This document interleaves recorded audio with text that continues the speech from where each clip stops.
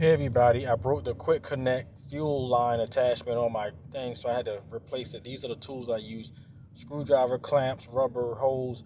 You see that? I broke it so I won't grab and it won't stick on. So I just had to cut it off before the quick connect part. And it's gonna put the fuel filter onto the rubber hose. I greased the rubber hose. I'm sorry, I greased the fuel filter because it was a really snug fit. You see, I put a little bit of grease on it.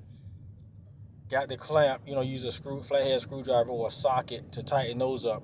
But the that end of the fuel filter slides right into the rubber um, fuel line I bought, and I cut it short enough to replace that end that I broke. Tighten it up nice and snug, and also the other end that was not damaged. So I just attached that like normal. I think I have a video. I'm gonna link to a video. I think I've done one of that before.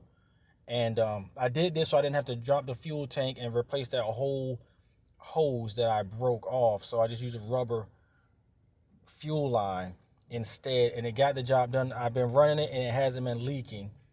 So this is a quick way to do that, to save yourself some time and money. Not telling you to do it. This is what I did because I had to get the truck